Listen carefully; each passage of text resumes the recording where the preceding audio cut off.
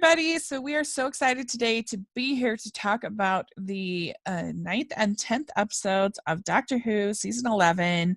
And I'm Rachel, and Jonathan's here. Hey. Yeah, we did it. We finished the season. I'm so proud of myself because I've had so much else to do that I'm very proud that we pulled this off. It really helped to double it up. Yeah, it did. I and I think it worked good for us to yeah. So well, let's dive in to these episodes, and we'll talk sort of maybe at the end about the season as a whole. And so the first one we're going to talk about is called "It Takes You Away." This is episode 9. And what were your overall thoughts about this episode? I really liked it because it was so different and weird. Yeah. Like, the more weird an episode is, the more I probably like it. And this one was so different than anything else that Doctor Who has done that I've seen. Just kind of bizarre things, like the other dimension. Like, Doctor Who does not do other dimensions very often. It's extremely rare for Doctor Who to even go into, I don't know, like metaphysical, whatever. I don't know what the proper word is. I'm tired. Yeah. like anything beyond just anything beyond just like regular old time travel. Doctor Who doesn't do too much. So to have that be touched on in this episode, I really liked that. Mm-hmm. Yeah, it was definitely a very weird episode, and I enjoyed it. I liked it. I thought it was interesting, and it had pretty good atmosphere, and the characters had nice moments, and it definitely had a little bit of a Stranger Things upside down kind of a feel to it. I don't know if you ever watched that show, but yeah, I have. I didn't think of that, but I guess it kind of did a little bit, sort of the mirror universe type thing. Yeah. So, I mean, that was the first thing I thought of, at least. And so it's not like a favorite of mine, but I thought it was interesting, and I definitely liked it better than, spoiler alert, the next episode. I liked this much better. So the main idea of this episode is you have the TARDIS landing in Norway, and they find this abandoned house, and I did think it was funny, the little moment with Graham in this. He carries sandwiches on the he's like, you got to be prepared. I thought that was kind of funny. Yeah. And they meet Hannah, who's this blind girl, and they actually used a blind actress, I read, which was cool. That's good. I wondered if they did. Yeah. Because if they hadn't, I was thinking that the person was like really good at pretending to be blind. Yeah. So I wondered if she wasn't actually blind. That's good. That's what the Vulture review at least said, that they'd used a blind actress. And so I thought, that was cool. And let's see if I can get her name. Eleanor Walwork is her name. She did a very good job. Yeah, she did. Yeah. I'm always glad when they give, like, if a character is going to have some kind of a disability, I'm glad when they actually find an actor who has that disability rather than have somebody else pretend to have that disability. Because, like, I know I've heard different people say that it's really hard for them to find work when they have certain disabilities. So I'm glad that they actually found someone who is blind to play this part. Yeah. Plus, a lot of times it can come off as really cloying when it's almost like the able-bodied person actor will try too hard to, as it will just feel less natural. So yeah, it's a good thing. I think that's good they did that. And so then we find out that her father has left her, and in this cabin, and her mother has died, and she was very scared of something in the woods that might come and kill her. And so there's this feeling. And another movie this actually made me think of is Annihilation, which I was not a fan of. A lot of people like it. I didn't like it. Me uh, neither. but it kind of, I thought it sort of reminded me a little bit just in tone, kind of. So some people might in the idea of sort of this alternate sort of dimension of but anyway, so we find out that there is this mirror with no reflection, and they end up realizing that it's this portal, I guess, to this to, they call it the anti-zone. And It's sort of a, I don't know, like a mini dimension between two different dimensions. yeah, It yeah, was like, I was explained as it was trying to be a buffer between the two dimensions so that, I don't know, maybe reality isn't destroyed or whatever. Some yeah, science fiction stuff. yeah, yeah. And there was this, I thought the creature looked like a Klingon, kind of, from Star Trek in there that they meet. And it, and there's they call them the ribbons of the seven stomachs, and there's That was his name. That was such yeah, a weird name, but I really liked that from that after he said his this long name, Ribbons and Seven Stomachs. They just kept calling him Ribbons. yeah. Yeah, I was like, what? And it was a bit of a red herring, because you kind of thought that he was going to be the main Mm-hmm. kind of villain of the story, but of the episode, but he really wasn't. He was just kind of a stop on the way to Yeah. getting to the villain. Um, and it was pretty gnarly. Like those, if you're not a bug person, this was not your episode. Those moths were so. Yeah, I know a lot of people really hate moths, and moths normally are pretty benign, but if these moths were real, their irrational fears would be very rational. Yeah, they were. Yeah, that's right. And they throw them like a whole rat, and the moths just eat the rat. It was pretty gnarly.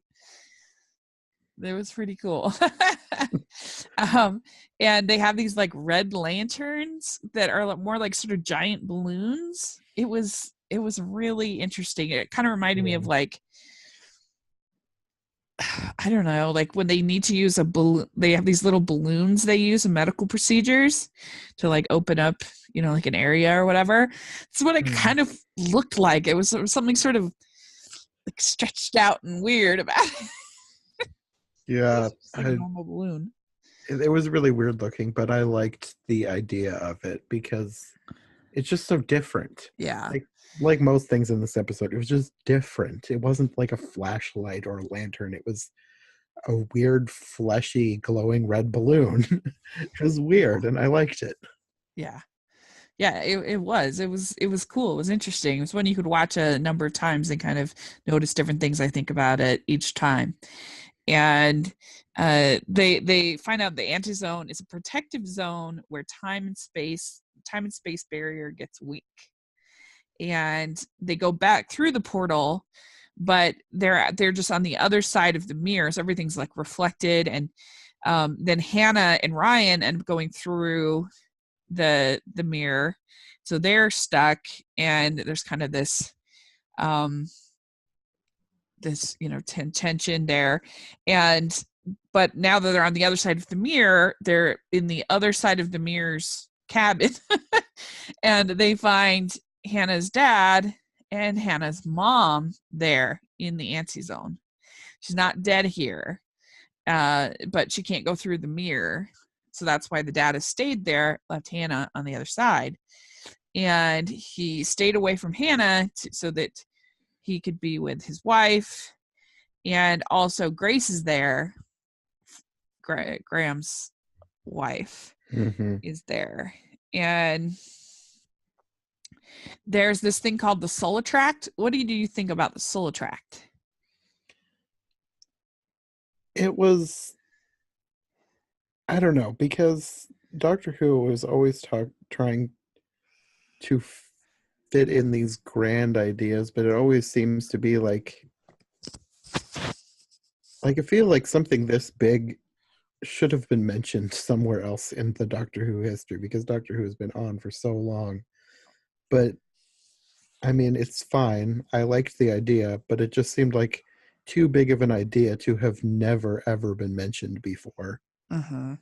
Yeah. But other than that fact, I did like it. I liked the idea of a a whole separate universe that was sentient and lonely Yeah. and trying to get people to come and be with it. It was weird and different and interesting, and I liked that about it. Yeah, the soul tract, it's the beginning of creation, a consciousness and energy. And our reality can't work with the soul tract. And so you're kind of choosing to be in this sort of limbo state when you're choosing the soul tract.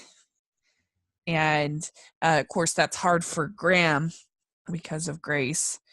But it's not like a real version of Grace, but it Hmm. feels very real. Yeah, the solar tract is pretending to be these people who have died to get people to stay with it. Yeah.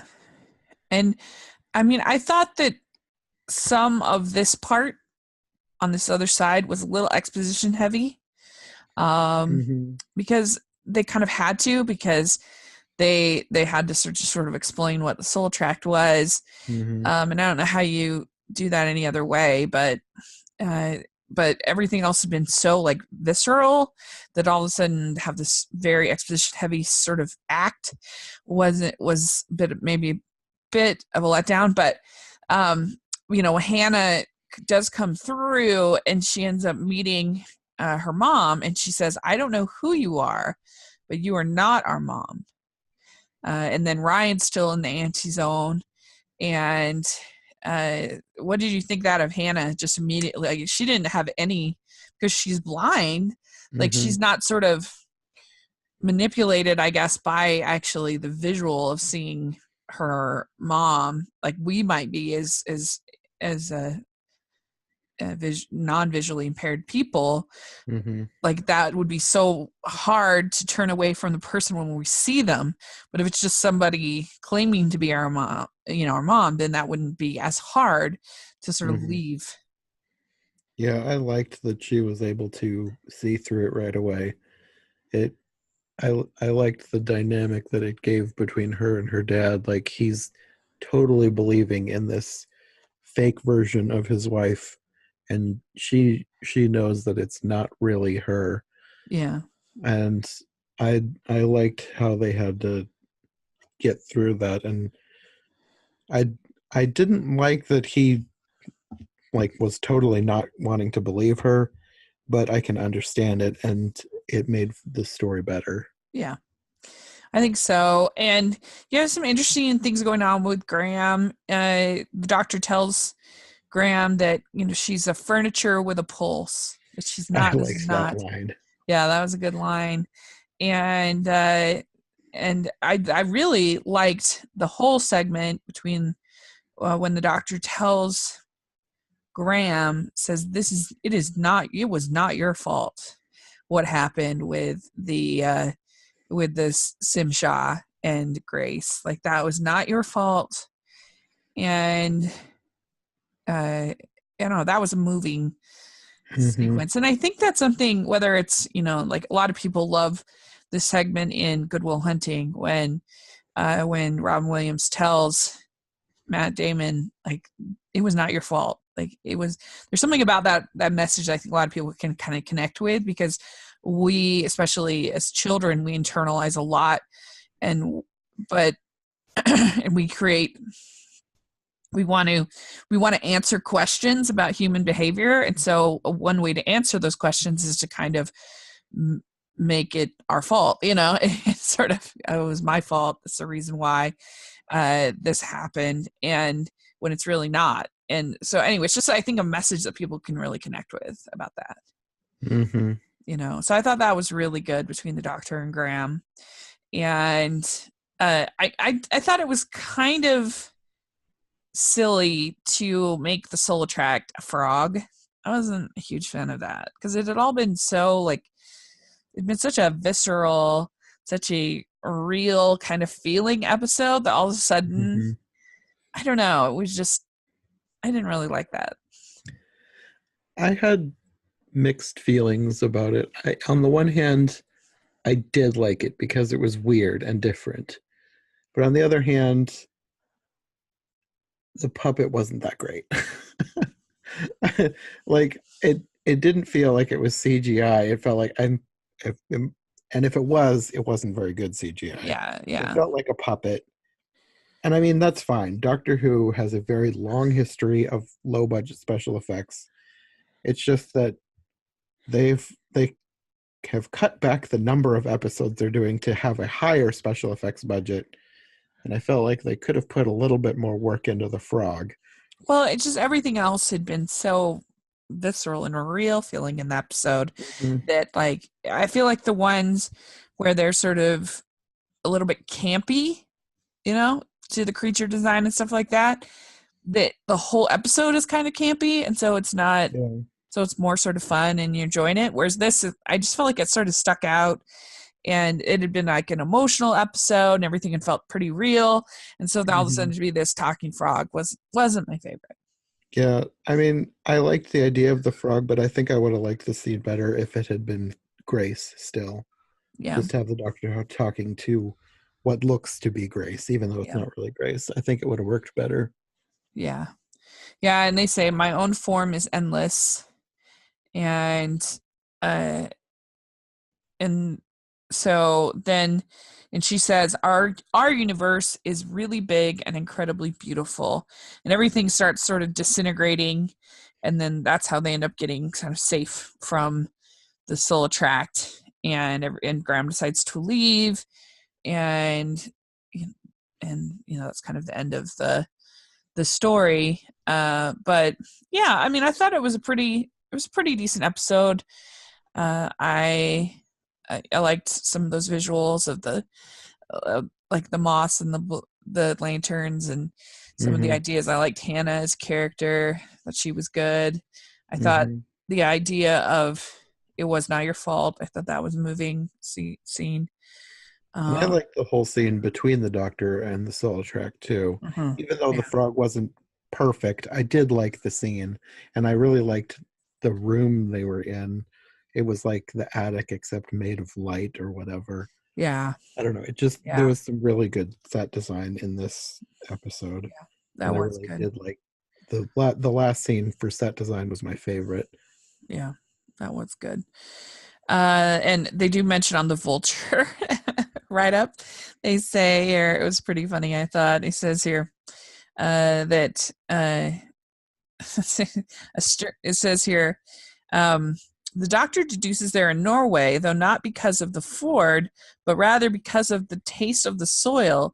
A stray sheep leads to her wondering if they've arrived in the midst of the woolly rebellion in 2011, in which there was a total negotiation of the sheep human a total renegotiation of the sheep human relationship, an utter bloodbath.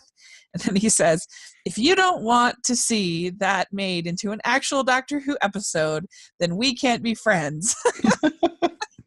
I would like to see Yeah, that. yeah. He's like, alas, they're in 2018, so no sheep wars. Anyway, I thought that was funny. I figure it's probably one of those throwaway lines, like they're not planning anything, but I still would watch that. Yeah, yeah, That would be entertaining. yeah. That's Ross Rudiger. His vulture pieces are pretty fun.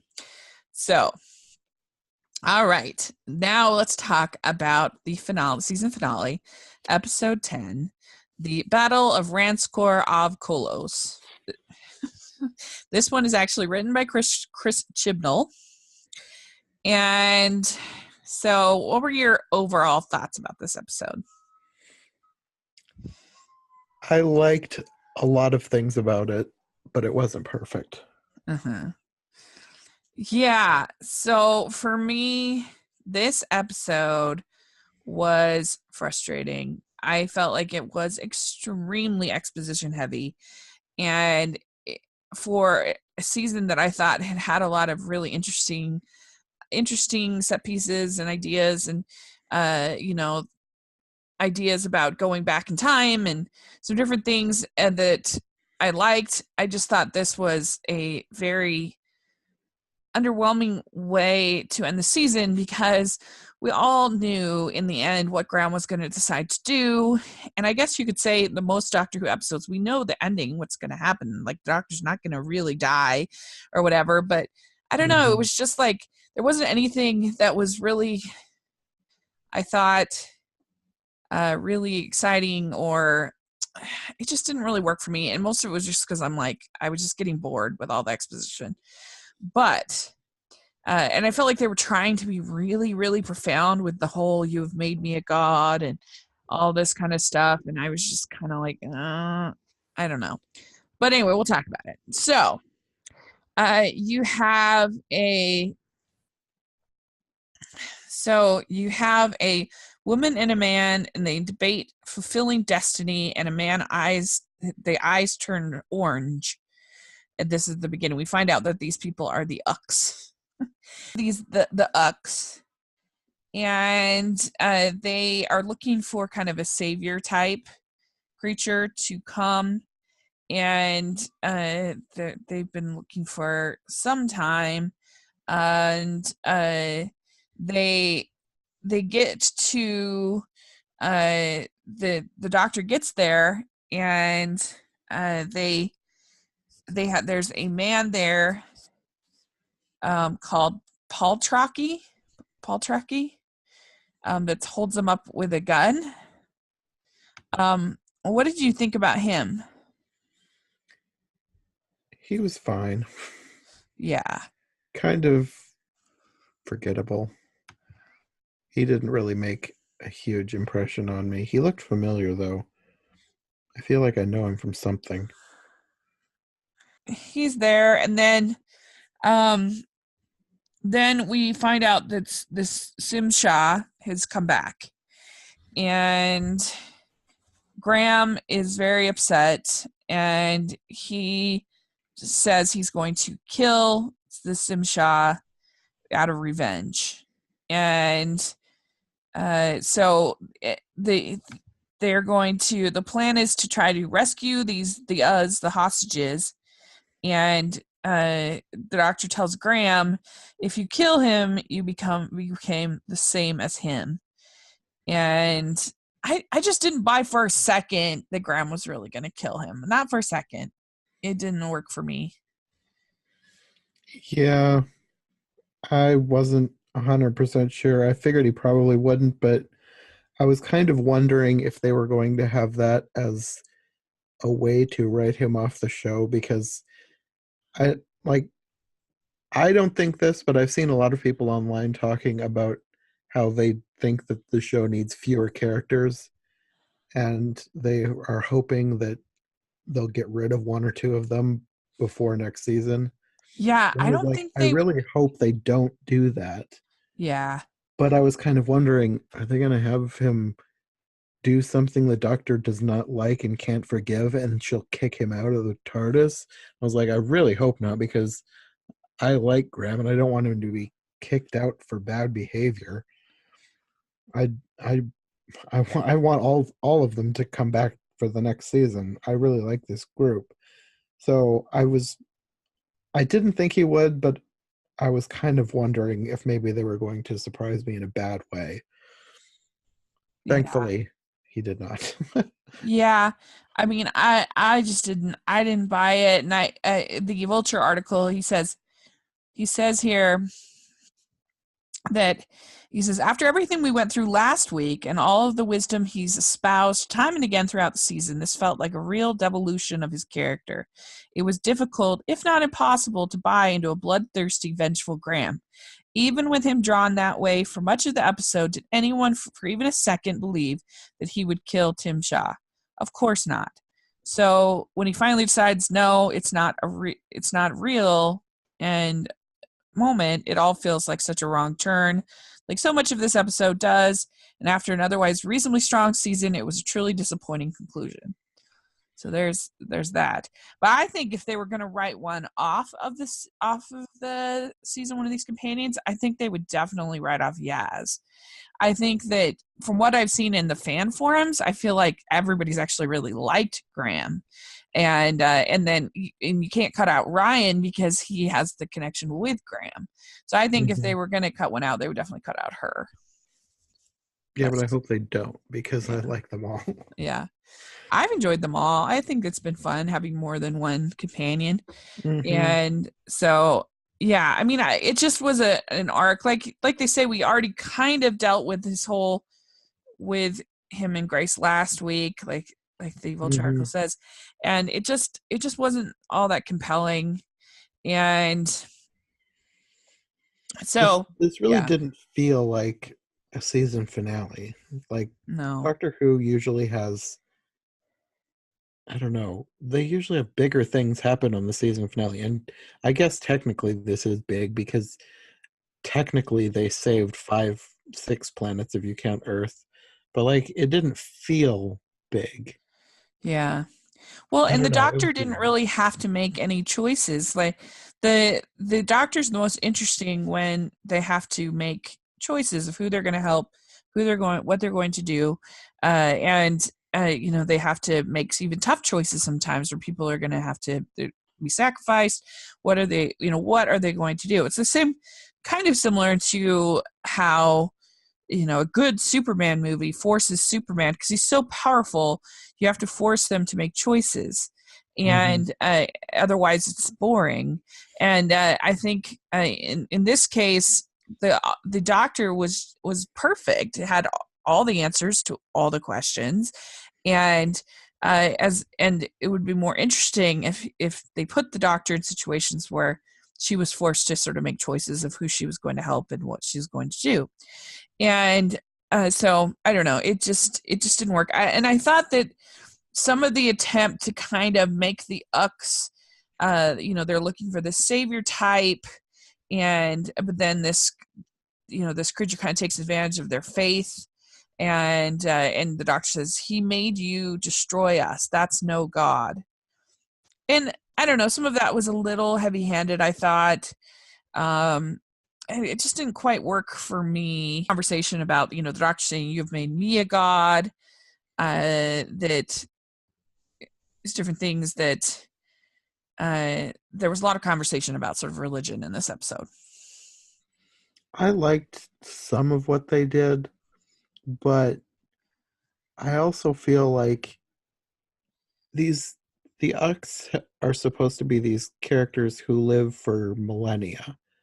And for them to have lived so long, but then they're easily tricked by one alien crash landing on their planet, and they suddenly think, oh, well, he's the god, he's the creator.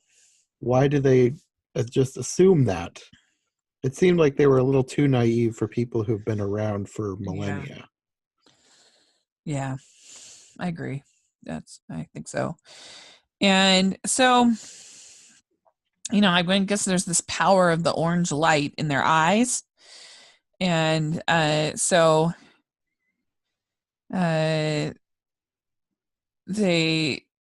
I don't know, that powers that, and then there's these packages that contain planets, and they want, the Doctor has the planets, and what was all of that? That was kind of convoluted. Well, Tim Shaw, I'm just going to keep calling him Tim Shaw because I can't really remember what his name was and what his species was and whatever. The Bluetooth man. Yeah. He was basically, instead of stealing, kidnapping, or killing people, he was just going to take entire planets, and he was using the Ux to take entire planets. I don't know why. It's just some random evil bad guy thing that he could do, I guess. But that was his point of staying on that planet, was because the Ux had enough power that he could steal planets.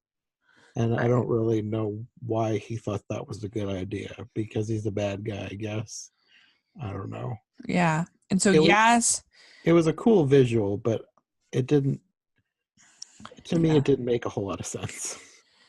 Yeah, it was confusing. And Yaz, she kind of takes the risk, and they go and um they to because they got to get rid of these planets, or people are, and the whole planet are going to die or whatever, I guess.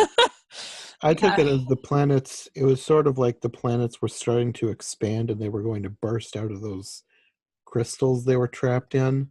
And Uh-huh. basically, if that happened, the planet is just going to burst out and collide with the planet it's on, as well as the other planets that are all going to burst out, and it'll destroy every planet that's right there. Yeah. So they need to put them back in out into the universe where they were taken from before they burst out of these things and grow to the size they're supposed to be. Right. Yeah. So then the Graham is confronted by Tim Shaw, and he finally says, "No, I'm a better man than this," and he decides to not kill Tim Shaw, like we all knew he wouldn't. And when they finally leave, the doctor says, "Come on, fam. None of us know what is out there. Keep your faith. The universe is going to surprise you constantly." So it's kind of the end. I did kind of like how the religion stuff was handled in the end, because there have been times, depending on who's writing, that Doctor Who can be a little more anti religion than I would like. And I mean, I can understand why some people would be against like severely organized religion, because some people have had really bad experiences. And I can understand why that would affect their writing. But I'm glad that they didn't. Um, I'm glad they didn't just pronounce their faith as being the problem. I'm glad that, like, she told them to keep their faith, but the only problem with their faith was that they were easily tricked into believing that this creator that they'd been looking for was this ugly blue guy that fell out of the sky. Like, I still don't know why they believed he was the creator, but like Right. their misplaced faith was the problem and not the faith itself. And I liked that Mhm. they made that point at the end, and she told them to keep their faith, and I liked that. Yeah, that's a good point. That's a good point. I kind of like what they said here in the Vulture article. He says this finale, however, needed to be about the Doctor and her relationship to Tim Shaw, villainy, or her friends, or the universe, or something. Everyone else should have taken a back seat. This episode needed to impart a richness of character to its central figure that it utterly lacked. She needed to come to a new understanding of some kind, or figure out something important, or fail, or succeed by accident. I don't know exactly what the right move would have been. I just know the episode was sorely lacking in anything that would have cemented Whittaker's central character in such a way that viewers simply won't be able to wait to see more of her in 2020. Perhaps this will happen in the New Year's special, but I won't make any bets because I thought for sure it would happen here. But Chibnall didn't even seem to have aimed and missed the target. So I think that's really true. That we did not see, if anything, Graham was the one that kind of came to a new understanding, new realization, but we already had seen him come to that realization the episode before. And Mm-hmm. so if the goal was to try to sort of attach us to the characters of the Doctor, aside from her being funny and sweet in different moments during the season, we didn't really see her become a dynamic character that grew and changed uh and became kind of her own thing in that way, aside from obvious differences that make her unique. We just, she wasn't a very dynamic character. And so I don't know, or would you agree with that in this episode? I mean, I liked her in this episode, but the episode as a whole was kind of underwhelming.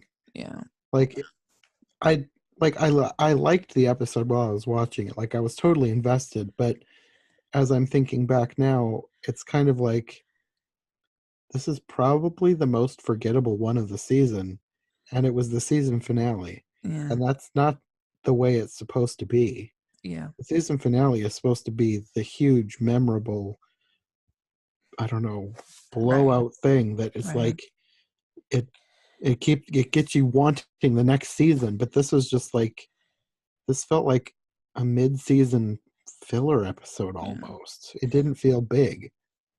Because even in the really good episodes this season, I don't think we've seen a lot of growth from the Doctor, though. She's always been sort of, she just hasn't been that dynamic of a character. I mean, I think like to Rosa, she kind of knew the right way and grew. It didn't like, I don't know. Like I feel like most of the growth as far as dynamic characters has been from these side characters or the guests as opposed to really from the Doctor herself. And so I agree kind of with what he's saying here, that this was a chance in this finale to really make the Doctor grow and become a dynamic character. And I just I don't think that they did that. So yeah, and I agree. There was really wasn't anything all that memorable about this episode. So yeah, it's interesting. So as far as the season as a whole, how do you feel about it as a whole? I've really liked the season so far. Uh-huh. I really like Jodie Whittaker as the Doctor. I think for the most part, the episodes have been really solid. It's managed to make me really enjoy the historical episodes when in past seasons they're like my least favorite, but there were so many of them this season, and I pretty much enjoyed every single one of them. Uh-huh. They're, I think it's been a really solidly written season. Aside from a kind of underwhelming finale, I've really liked the season so far. Yeah. I mean, it's been up and down a little bit. There hasn't really been any that I've hated, but I don't know if any of the seasons I've like hated an episode. I mean, I guess as close as I got was the one that I disliked the most was the Trump hotel guy. I really disliked, but the spider stuff was enough fun in that episode that I didn't hate it. Hmm. Uh, but that was probably my least favorite of the season. And then I wasn't a big fan of the pregnant man. I didn't like that. And that episode wasn't my favorite. Um, I yeah, really did like that episode though, so yeah, it was too. I don't know. I didn't like it, but yeah, I liked Rosa a lot. That was an amazing episode. I really liked the Witch Finders. That was a great one, I thought. And I those are probably the Demons of Punjab. Those were the three, I think, my favorite. Those three hmm. episodes were really, really good. And I have enjoyed the Doctor. I do think that it's a solid point that she has not been a very dynamic character. And I would like to see more growth from her. I'd like them to stretch her a little bit further and maybe have her make mistakes, not be perfect. Hmm. Um, in the next season. I mean, how do you feel about the fact we're gonna have to wait till 2020 to see any more? I hate it. Yeah, I want more now. I mean, yeah, I'm glad that we're gonna get at least one more episode in a couple weeks here, but I hate that we have to wait another year to get more episodes. Like it seems like it takes so long between these seasons. The last few seasons, it seems like they almost take if not a full year, then like most of a year between seasons. It's kind of frustrating sometimes. I'm so yeah, used to the American schedule of you get a new season at the same time every year, and it's frustrating not knowing when a new season is coming, except generally in 2020. And like, who knows when that'll be? yeah, yeah. I know it's true. I mean, I like again what the Vulture article he says. He says that hopefully in his second season, in 2020, he'll dig deep and find some ideas that really matter to him, because he makes the point that those 3 best episodes, Rosa, Demons, and the Witchfinders, were all written by other people, not Chris Chibnall. He'll dig deep and find some ideas that really matter to him, because I think what's been lacking in his scripts is a personal, heartfelt touch. The standout stories mentioned above all felt terribly personal, as though each of the writers had one shot at scripting the world's greatest sci-fi fantasy series, and each of them told the story that mattered the most to them. So I think that's interesting. And yeah. So yeah, it'll be interesting to see what they do. I think it is a solid season. I really liked the episodes I really liked a lot. And I did think that Jodie did a good job, and she had a lot of pressure on her. And but I would tell them to kind of try to not be the I think the things that have not worked in this season are the moments when they tried to be a bit social justice warrior, when they were trying to be a little bit preachy, trying to, dig into politics. That just fell flat, and they should not do that. That didn't work. But most of the other stuff, I enjoyed it. I liked the 3 companions.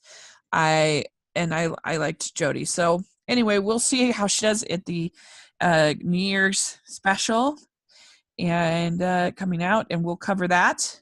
But let us know in the comment section what you think of this season. I saw today that I guess in Rotten Tomatoes the audience scores 45%.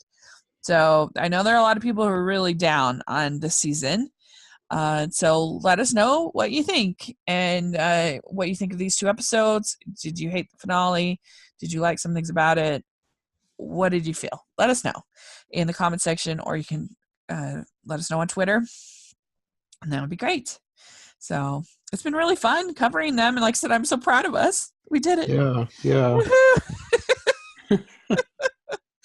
And we'll come back and cover the New Year's special in January, so that should be fun. And so Jonathan, how can people reach you? You can find me on Twitter, Facebook, etc. at John J. North, and on YouTube I am iHeart Animation. And this whole month of December I'm doing the Christmas Carol Countdown, which is looking at a whole bunch of different versions of the story Charles Dickens' A Christmas Carol.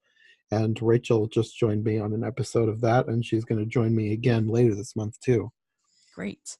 Yes, that was really fun. Make sure you guys check that out. You'll really, really enjoy it. And so, yeah, you can find me at Rachel's Reviews on iTunes and on YouTube. So please put in your reviews on iTunes. Give us a thumbs up on YouTube if you're watching there. We really appreciate it. And I hope you all have a very Merry Christmas. And we will be back again in the new year.